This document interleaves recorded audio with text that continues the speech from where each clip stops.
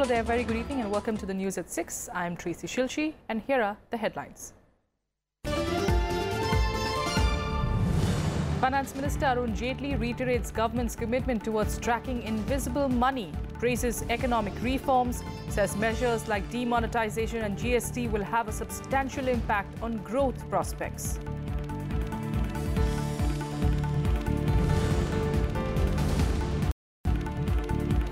President Pranab Mukherjee watches RSTV presentation Raag Desh at a special screening at Rashtrapati Bhavan.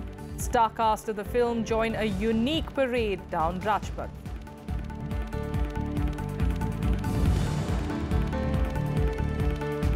Israeli-Palestinian violence peaks over increased restrictions at Jerusalem's Al-Aqsa compound. 6 people are killed in clashes with police after they installed metal detectors at entry points.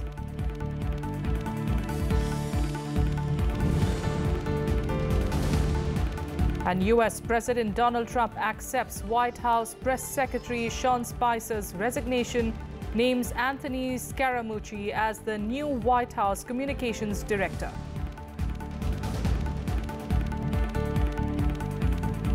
Our top story this evening, demonetization and GST will make cash transactions a lot more difficult in India, Finance Minister Arun Jaitley said today at the Delhi Economics Conclave. He stressed that while demonetization has led to greater digitization, GST is bound to bring more transparency in the taxation process. At the Delhi Economics Conclave 2017, Finance Minister Arun Jaitley praised the recent reforms in India's economic sector. He said reforms like demonetization and GST will have a substantial impact on India's growth prospects. I do believe that the net impact of the demonetization exercise coupled with the GST exercise, which is going to make generation of cash a lot more difficult, will certainly lead to greater compliances, greater digitization, and already the first signs of greater digitization and expansion of the tax base, both for direct and indirect taxes, is already visible. Jaitley also reiterated the government's commitment towards tracking invisible money. One easy format of conversion had always been the shell companies, a Benami route which was followed through multi-layering of companies, and then introducing cash and then bringing it back as your own investment. This had almost become a standard operating procedure. And this was not only used by people in businesses, it has been used to round-trip corruption money by politicians, by civil servants and others. And I think not only the detection of this, but the decision to invoke the Benami property law in acquiring these assets by the state is going to be a big deterrent. The conclave was also attended by Deputy Prime Minister of Singapore, Tharman Shanmugaratnam, who is on a 3-day visit to India. Progress made in overcoming a fragmented tax system and then one that also involved multiple layers of tax for businesses through the GST reforms is impressive, not just from an economic perspective, but from a political perspective. The restoration of macroeconomic stability, both monetary and fiscal, is impressive. The day-long conclave, hosted by the Economic Division of the Finance Ministry, also included a discussion on the country's economic affairs. Bureau Report, Rajya Sabha TV. Shanmugaratnam also met Prime Minister Modi a short while back. Meanwhile, the second day of the Dr. B.R. Ambedkar International Conference Quest for Equity concluded today in Bengaluru. The 3-day conference is hosted by Karnataka government, which is being seen as an effort by the Congress to reclaim the legacy of B.R. Ambedkar. The second day of the B.R. Ambedkar conference in Bengaluru on Saturday was focused on ensuring greater representation for Dalits in legislative bodies.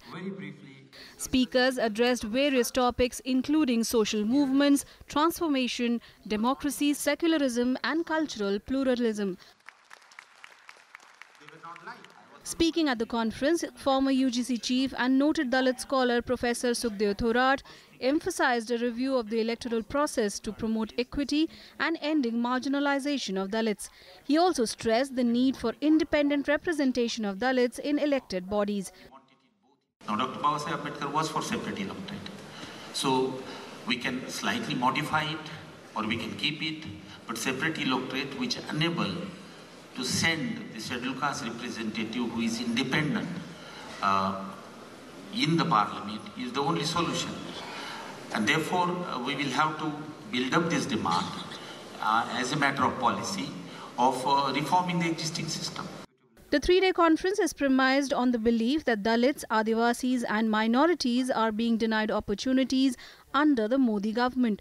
Over 300 speakers from India and overseas have gathered to discuss equity for them at a time when the BJP is stamping its ideological agenda on the national polity. Martin Luther King III, human rights advocate and son of Martin Luther King Jr., who led the civil rights movement in the United States, inaugurated the conference. Speaking to Rajya Sabha TV, he drew a parallel between the political atmosphere of his own country and India.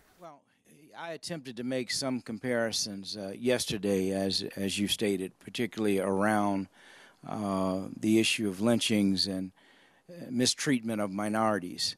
The same kind of thing happening in the United States because of the America First stating of President Trump. And that means two different things. To black people, that means one thing. To whites, or some whites, that means something else. The conference will conclude with a document that will be known as the Bengaluru Declaration to address social justice. Shyam Sundar's report for Rajya Sabha TV. In other news, Sanjay Kothari, chairman of the Public Enterprises Selection Board, has been appointed as a secretary to President-elect Ramnath Kovind. Senior journalist Ashok Malik was named as press secretary to Kovind. Senior Gujarat cadre of Forest Service Officer Bharat Lal will be his joint secretary. The Appointments Committee of the Cabinet, headed by Prime Minister Narendra Modi, cleared these appointments for an initial period of 2 years. Kothari, a 1978 batch IAS officer of Haryana cadre, retired in June last year as Department of Personnel and Training Secretary. Malik is at present Distinguished Fellow at Observer Research Foundation, a policy think tank.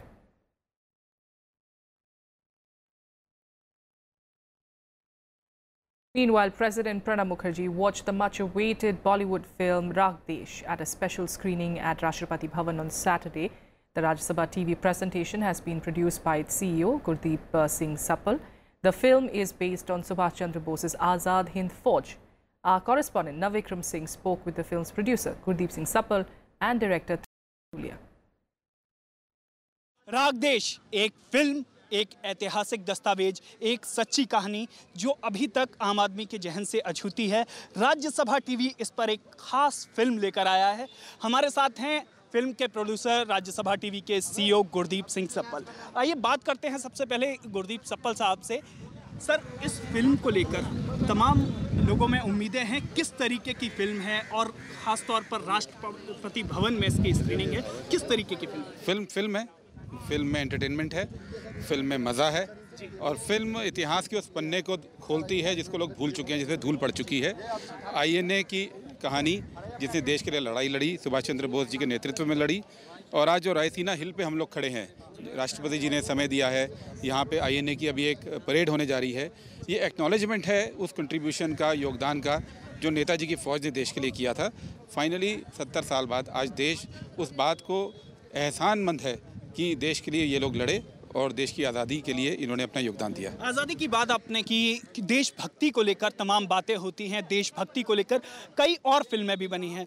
सबसे पहले समझना चाहूँगा कि देशभक्ति है क्या और इस फिल्म में किस तरीके से आपने देशभक्ति की भावना को दिखाया है। हम उस दौर में हैं जब देशभक्ति का मतलब फेसबुक पे या व्हाट्सएप पे कुछ पोस्ट करना माना जाने लगा है। तो ऐसे दौर में जब देशभक्ति में सिर्फ सवाल पूछे जाते हैं कि तुमने देश के लिए क्या किया, ये फिल्म वो बताती है कि हम देश के लिए क्या कर सकते हैं। हमारे साथ हैं फिल्म के डायरेक्टर तिग्मांशु धूलिया। तिग्मांशु धूलिया अपनी बेहतरीन फिल्मों के लिए जाने जाते हैं। सर, ये एक अलग तरीके की फिल्म है। इस फिल्म को बनाते हुए, क्योंकि इस फिल्म का संसद में ट्रेलर लॉन्च हुआ, राष्ट्रपति भवन में स्क्रीनिंग है, इस फिल्म को बनाते हुए आपको कैसा लगा और आज जब ये रिलीज़ होने जा रही है तब कैसा लगा? देखिए, बहुत गौरव की बात है कि एक तो ये इस फिल्म को बनाना ही, क्योंकि ये तभी संभव हो पाई है फिल्म क्योंकि इसमें गुरदीप सिंह सफल साहब ने हमारे साथ थे। तभी अगर कोई बहुत बड़ा प्रोड्यूसर मुंबई का होता और मैं भी बहुत बड़ी पिक्चर बनाता 100 करोड़ की, तो भी यहाँ पे रायसीना हिल में खड़े होकर के पार्लियामेंट में मैं अपना ट्रेलर और राष्ट्रपति जी को फिल्म ना दिखा पाता। सर, फिल्म में किस तरीके का पुट है, फिल्म में किस तरीके के डायलॉग्स हैं, जो आप दर्शकों से क्या कहना चाहेंगे कि इस फिल्म को देखने क्यों जाएं? ये एक अच्छी हॉलीवुड फिल्म जैसे होती है, जैसे हॉलीवुड करता है, अपने इतिहास के पन्ने से कोई चैप्टर उठाता है, उसको एक इंटरेस्टिंग, मनोरंजन ढंग से, रोचक ढंग से लोगों को दिखाता है, वो फिल्में चलती है। हमारे देश में ऐसा होता नहीं। हमारे देश में हिस्टोरिकल बनाएंगे, उसमें भी नाच गाना करना शुरू हो जाता है। तो ये थोड़ा उस तरह से हिंदी फिल्मों का जिस तरह से चलन रहा है, उससे थोड़ा डिफरेंट फिल्म है। तो आप देख सकते हैं कि सामने राष्ट्रपति भवन है, नॉर्थ ब्लॉक है, साउथ ब्लॉक है, इसके दाएं तरफ संसद है और ये आईएनए की टीम है। आईएनए की टीम आपको राजपथ पर देखने को मिलेगी। आप देख सकते हैं कि फिल्म के कलाकार यहाँ पर मौजूद हैं। ये उसी वक्त की पुरानी तरह की जीपें, पुरानी तरह का सामान और पूरे पीछे आईएनए के फौजी। फिल्म को दिखाया जा रहा है राष्ट्रपति भवन में और इसका ट्रेलर लॉन्च हुआ है संसद भवन में। कैमरामैन डीके पांडे के साथ Navvikram Singh, Rajya Sabha TV, Rajpath. And as you saw there before the screening, the two lead actors of the film, Kunal Kapoor and Mohit Marwa, along with director Tigmanshu Dhulia, rode in open jeeps to Rashtrapati Bhavan. They were led by a group of men dressed up as soldiers of the Indian National Army, marching to deep drum beats towards the Rashtrapati Bhavan. And now listen in to what the actors had to say about the film, which hits the silver screens on the 28th of July.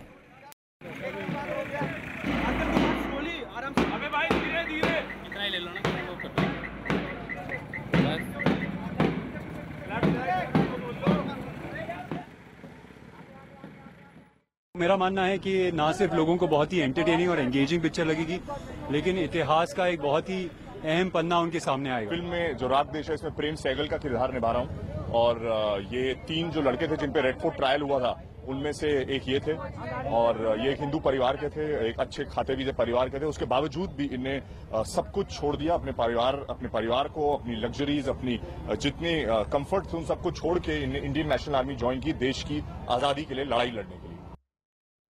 All right, like I've been saying, you can track more details about the movie on Facebook and Twitter as well. Moving on now to more national stories that we are tracking this Saturday.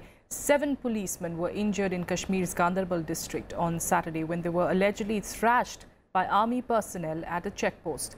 The incident took place when army personnel dressed in civilian clothes were returning from Baltal base camp in private vehicles and were signalled to stop at Sonmarg checkpost. The vehicles did not stop and kept proceeding towards Ganderbal. The angered army men then allegedly barged into the Gund police station, ransacked it, damaging the records kept there. Police have filed a case against the army personnel. Meanwhile, Chief Minister Mehbooba Mufti has dismissed National Conference's Farooq Abdullah's statement on third-party mediation in Kashmir, saying that it is a bilateral issue between India and Pakistan.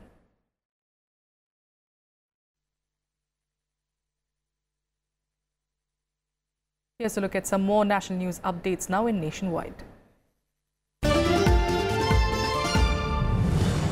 Parliament will host a farewell program for outgoing President Pranab Mukherjee tomorrow. Lok Sabha Speaker Sumitra Mahajan requested all members to attend the function. The program will start at 5:30 in the evening and will be addressed by Speaker and Vice President Hamid Ansari, who is also the Chairman of the Rajya Sabha. Prime Minister Narendra Modi will also be attending the function.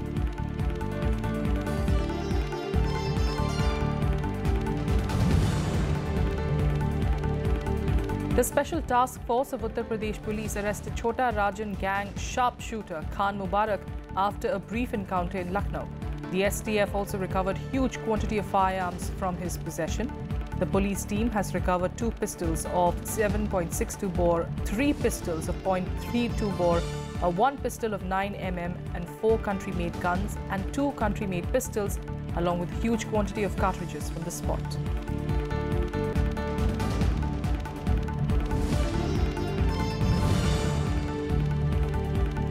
At least 1 labourer was killed and 2 others injured after an under-construction flyover fell on the railway track in Bihar's Sasaram district. Rescue operations are underway to help those trapped under the debris. The incident took place when the labourers were carrying out work on the overbridge. The injured labourers have been rushed to the nearest hospital and undergoing treatment.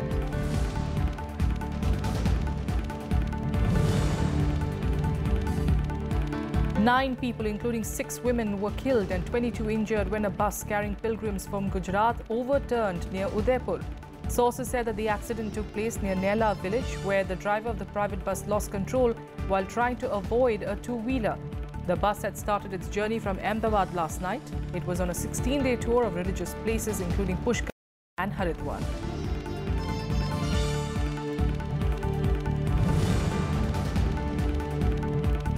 Non-executive staff of the Delhi Metro threatened to bring train services to a halt from Monday if their demands, including a pay hike, were not met. The staff have been protesting since yesterday, wearing black bands and sloganeering against the management in between their shifts. As of now, there has been no disruption in metro services.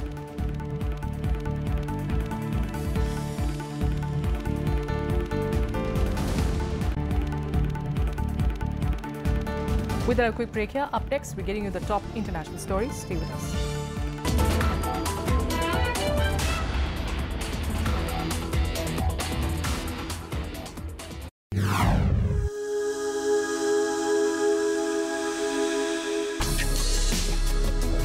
Tales that inspire.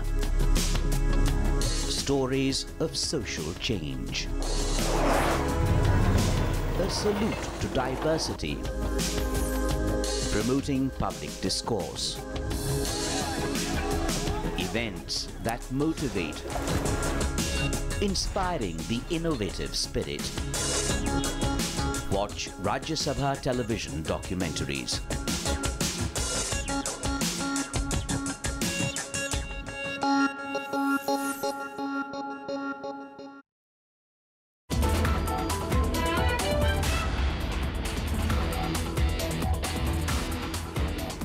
Welcome back. International news now. In the Pentagon has said that India and China should engage in direct dialogue to reduce the tension over the military standoff in Conclave. In fact, Defense Department spokesperson Gary Ross said that the US encourages India and China to engage in dialogue without any coercive aspects. However, he did refuse to take sides on whether the US fears tension to escalate between India and China. The US State Department had also made similar statements on the issue over the past week. The standoff in Conclave is seen as part of the same tactic to change the status quo in the area. India has also adopted a strong tone against the Chinese unilateral action. National Security Advisor Ajit Doval is expected to discuss the issue with his Chinese counterpart when he heads to Beijing for a meeting of BRICS NSAs next week. 3 Palestinians died in clashes in Jerusalem and 3 Israelis were killed in a stabbing attack at a West Bank settlement as tensions turned into violence over the Holy Land's most contested shrine. Palestine has since ordered the suspension of all official contact with Israel until it removed the new security measures.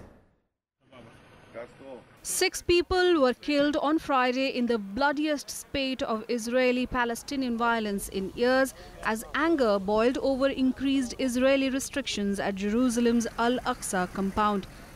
3 Palestinians were killed in clashes with the police after Israel installed metal detectors at entry points to the noble sanctuary Temple Mount compound in Jerusalem's Old City. Hours after the violence, 3 Israelis were stabbed to death and a 4th was wounded in a Jewish settlement in West Bank. The attacker was shot, but his condition is not known. Tonight, we arrived on the scene and we found 3 patients in critical condition. We immediately started life-saving procedures. In addition, there was another wounded person who had a stabbing in their back, and she was transported to the hospital in stable condition. Israeli security forces violently clamped down on Friday's demonstrations, firing live ammunition, tear gas and rubber-coated bullets at crowds of Palestinians protesting the new measures, which include the barring of Muslim men under the age of 50 from the holy site. Muslim leaders call the metal detectors a part of a purported Israeli campaign to expand its control over the shrine, a claim Israel denies. It's a gradual process of taking control, a gradual process of preventing Palestinians from having the right for free prayer, the right to their most holy sites, and the right to their old city. These magnetometers should be removed. Why should be removed? Because it's an attempt to say that it's an Israeli sovereignty upon Al-Aqsa, Jerusalem, East, and Al-Aqsa are under occupation. Palestinian President Mahmoud Abbas ordered the suspension of all official contact with Israel until it removes the metal detectors from the holy site. فإنني وباسم القيادة الفلسطينية أعلن أولا تجميد الاتصالات مع دولة الاحتلال وعلى المستويات كافة. The United Nations has condemned the killings and called for an investigation into the incident. Several countries, including Turkey, Egypt, Qatar, Saudi Arabia and Lebanon, also condemned Israel's increased control. Israel tightened its grip on the compound on July 14th after 2 Israeli security officers were killed in an alleged attack by 3 Palestinians, who were themselves killed by Israeli police following the violence.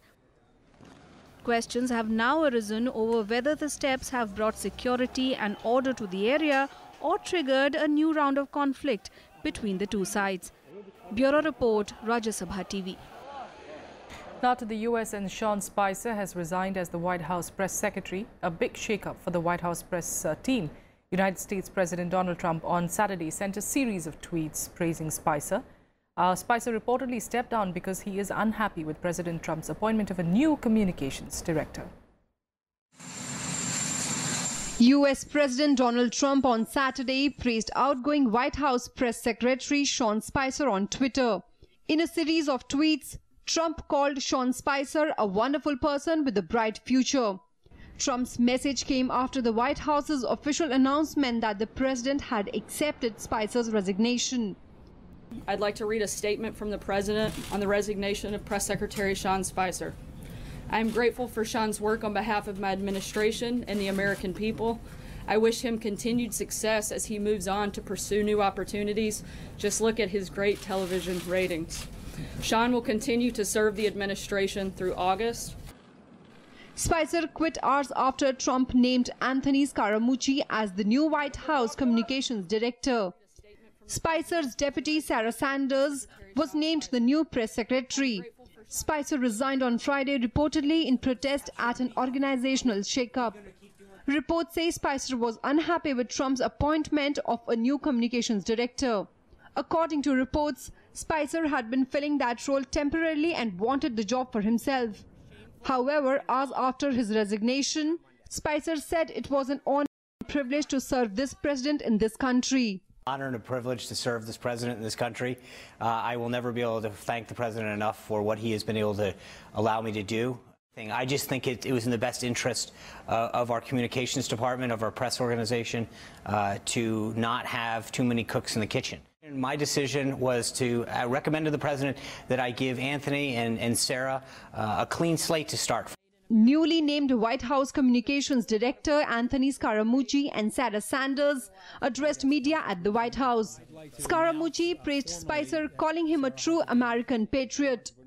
Thank personally Sean Spicer, not only on behalf of myself, the president, the administration, but Sean is a true American patriot. He's a military serviceman. He's got a great family, and he's done an amazing job. This is obviously a difficult situation to be in. And I applaud his efforts here, and I love the guy, and I wish him well, and I hope he goes on to make a tremendous amount of money.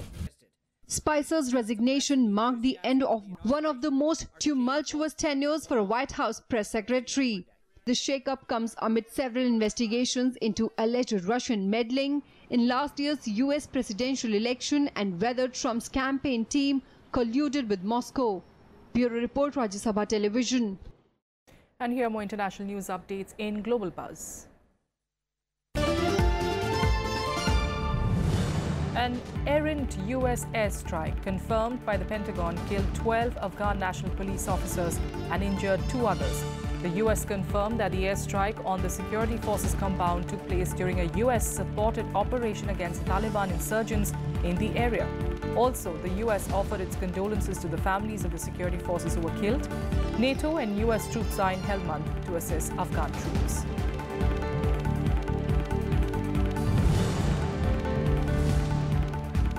Pentagon Chief Jim Mattis said he believes Islamic State Chief Abu Bakr al-Baghdadi is still alive despite various claims that he was killed. There were persistent rumors that Baghdadi died in recent months. With a $25 million US bounty on his head, Baghdadi has kept a low profile but was rumored to move regularly throughout ISIS-held territories in Iraq and Syria.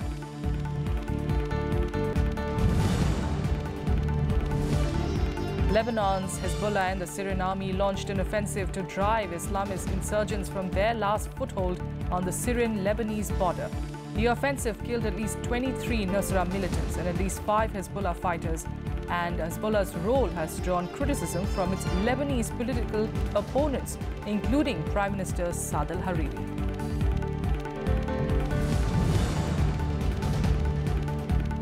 Venezuela's opposition-led Congress appointed alternative judges to the country's Supreme Court, whose current pro-government members have been a bedrock of support for leftist President Nicolas Maduro. The top court has warned that the naming of the alternate judges is illegal and they could even be jailed. Even so, the government will not allow the congressionally appointed judges to unseat those already sitting on the Supreme Court.